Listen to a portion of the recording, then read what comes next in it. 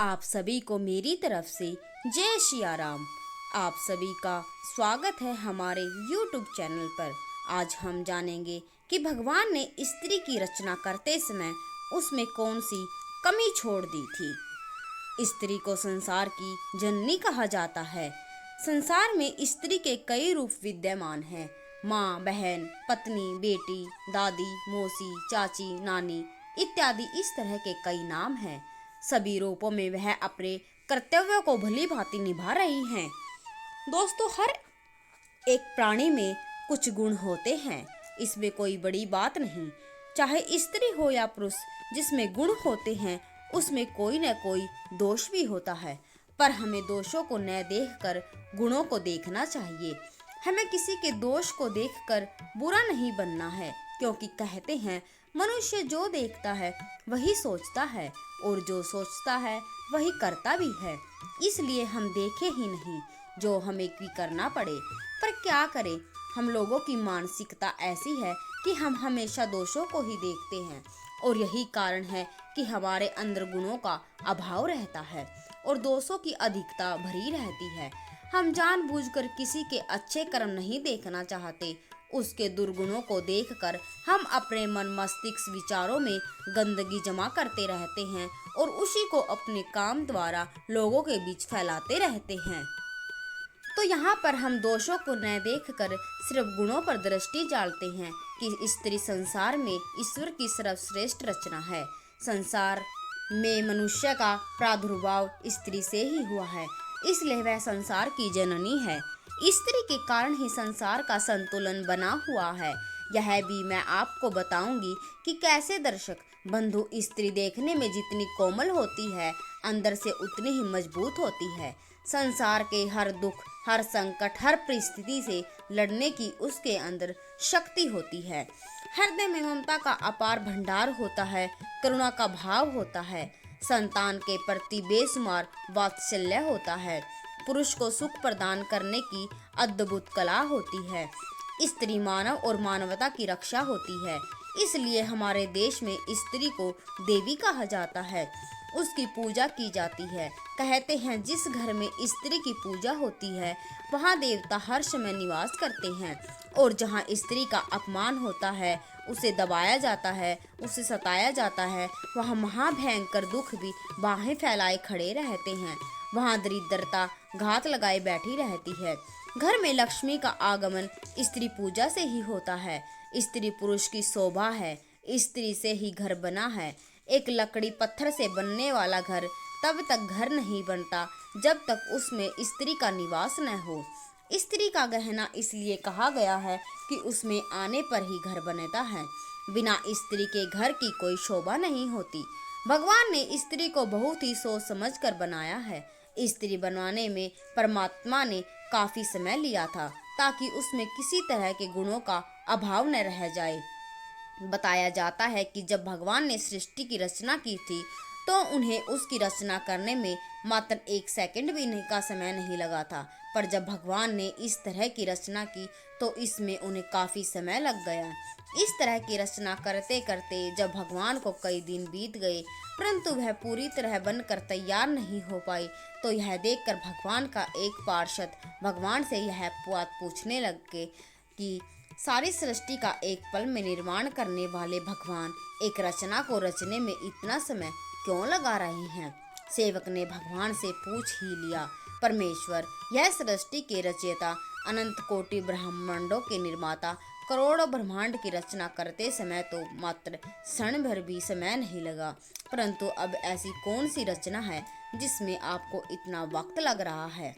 तब अपने सेवक के प्रश्न का उत्तर देते हुए भगवान कहते हैं, हे पार्थ, यह मेरी सर्वश्रेष्ठ रचना है। इसे दुनिया में स्त्री नाम से संबोधित किया जाएगा। इसके अंदर में अपार गुणों को प्रतिष्ठित करना होगा, ताकि हर काम के लिए मुझे पृथ्वी पर न जाना पड़े।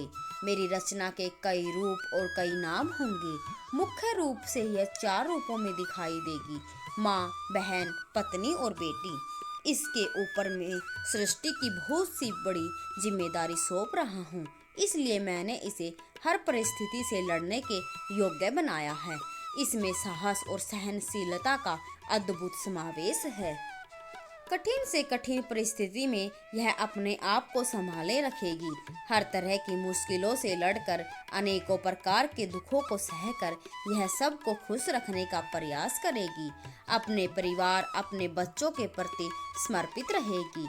कोई समय ऐसा भी आएगा जब यह टूट कर बिखर जाएगी, लेकिन फिर से अपने आप को संभाल कर एक नए जीवन का प्रचार करेगी।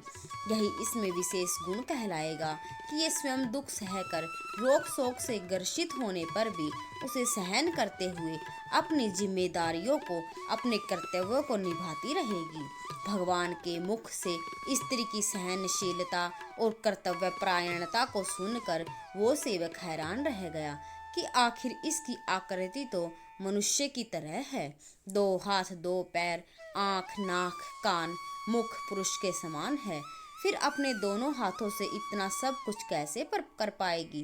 भगवान बोले, हे पार्षद, यह पुरुष के जैसे दिखती है, फिर भी इसके अंदर यह सब करने की क्षमता होगी, इसीलिए इसे मेरी अद्भुत रचना कहा जाएगा। भगवान की बात सुनकर पार्षद ने उसे छू कर देखा कि देखिए यह कितनी कठोर है, जो हर विपत्ति को सह सकती है। जब उसने उसे छू कर देखा तो वह कुछ बहुत कोमल थी। वह एकदम हंस पड़ा और भगवान से पूछा, क्यों हंस रहे हो?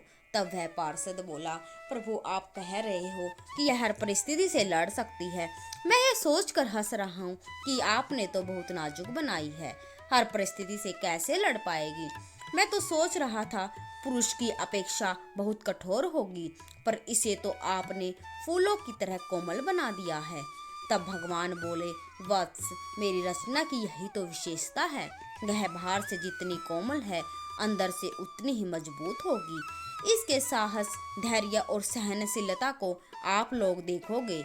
यह बात सुनकर पार्षद के मन में उस रचना के बारे में और अधिक जानने की उत्सुकता बढ़ गई। वह पूछने लगा, हे परमेश्वर, क्या यह पुरुषों की तरह सोच भी सकेगी या फिर इसमें यही गुण विशेष होंगे? भगवान बोले, वत्स, इसमें सोचने की क्षमता भी अद्भुत होगी और समाधान करने की सामर्थ्य भी। पार्षद ने देखा कि उस स्त्री रूपी रचना के गालों पर पानी की झलक थी। उसने उसके गालों से हाथ लगाया तो सचमुच उसके गालों पर पानी की मात्रा थी। पार्षद ने पूछा, हे प्रभु, इसके गालों पर पानी क्यों बह रहा है? तब भगवान बोले, वत्स, यह पानी उसकी आंखों से निकलने वाले आंसुओं का पानी है। यह पानी तभी निकलेगा जब यह अंदर से अपने आप को दुखी महसूस करेगी। जब इसके अंदर किसी तरह की वेदना होगी, चाहे वह शारीरिक हो या मानसिक, उस समय अपने दुख को इन आंसुओं के द्वारा निकाल कर बाहर कर देगी। इसके मन की सारी पीड़ा, सारी व्यथा आंसुओं का रूप लेकर बाहर निकल जाएगी और ये फिर से अपने आप को उतना ही मजबूत बना लेगी। अपने दुखों को भुलाने का इसके पास यह सबसे अच्छा माध्यम होगा और इसकी ताकत भी होगी। यह अपने आंसुओं से अच्छे अच्छों को झुका भी सकती है। इन आंसुओं को वह अपना अस्त्र भी बना सकती है। दर्शक बंधुओं, भगवान की बात सुनकर सेवक बोला, हे भगवान, वास्तव में आप महान हो। आपने स्त्री रूपी अद्भुत रचना करके संसार को सजा दिया है, संसार में एक अनमोल रतन भेजा है। और सच बात है बंधु, स्त्री का त्याग, बलिदान, साहस और सहनशीलता वास्तव में अद्भुत और अकल्पनीय है। त्याग इतना बड़ा जो कोई नहीं कर सकता। किस प्रकार वह अपने माता पिता, भाई बहन, संग परिवारजनों से अलग होकर किसी दूसरे पुरुष के साथ जीवन भर साथ रहने का प्रयास करती है। सोचो, यदि तुम अपने माँ बाप, भाई बहन, घर परिवार से कुछ दिन के लिए अलग हो जाते हो तो तुम्हें कैसा लगता है?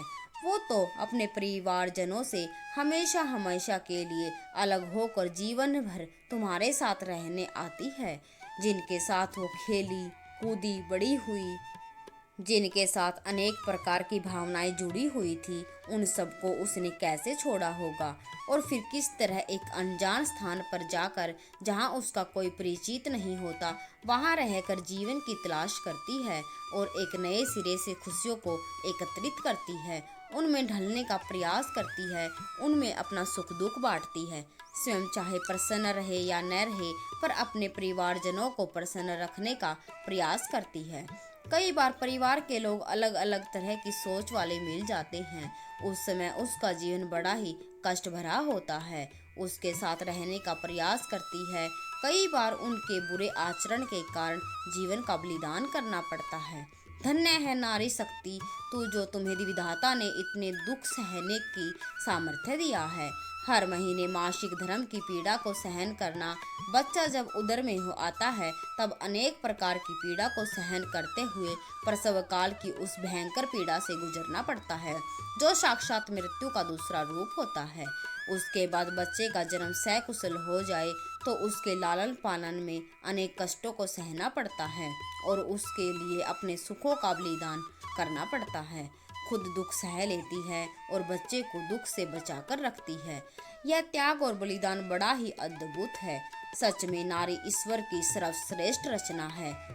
तो भगवान पार्षद बोला, हे प्रभु, आपने इतना समय लगाकर स्त्री की रचना की है, तब तो ये रचा जरूर संपूर्ण रचना होगी। तब भगवान बोले, नहीं, अभी इसमें एक कमी है। ये सबके लिए सुख का कारण बनेगी, सबको खुश रखने का प्रयास करेगी, अपने परिवार की हिम्मत बनेगी, मगर खुद का महत्व भूल जाएगी। वो अपनी कीमत ही नहीं समझ पाएगी कि मैं दुनिया के लिए कितनी मूल्यवान हूँ। ये दिए की तरह अपना जीवन बताएगी। जिस तरह दिए के नीचे अंधेरा रहता है, चारों दिशाओं को उजाला देता है, स्त्री का जीवन भी ठीक वैसा ही होता है, जो अपने लिए कम, दूसरों के लिए सुखों के अधिक जिएगी। तो इसलिए हमें हमेशा स्त्री की आदर करना चाहिए। दोस्तों, यदि आपको हमारी कहानी पसंद आए तो प्लीज़ आप हमारे चैनल को सब्सक्राइब ज़रूर करें, क्योंकि आपका सब्सक्राइबर ही हमारा मनोबल बढ़ाता है। जय सिया राम, जय श्री कृष्णा, जय श्री कृष्णा।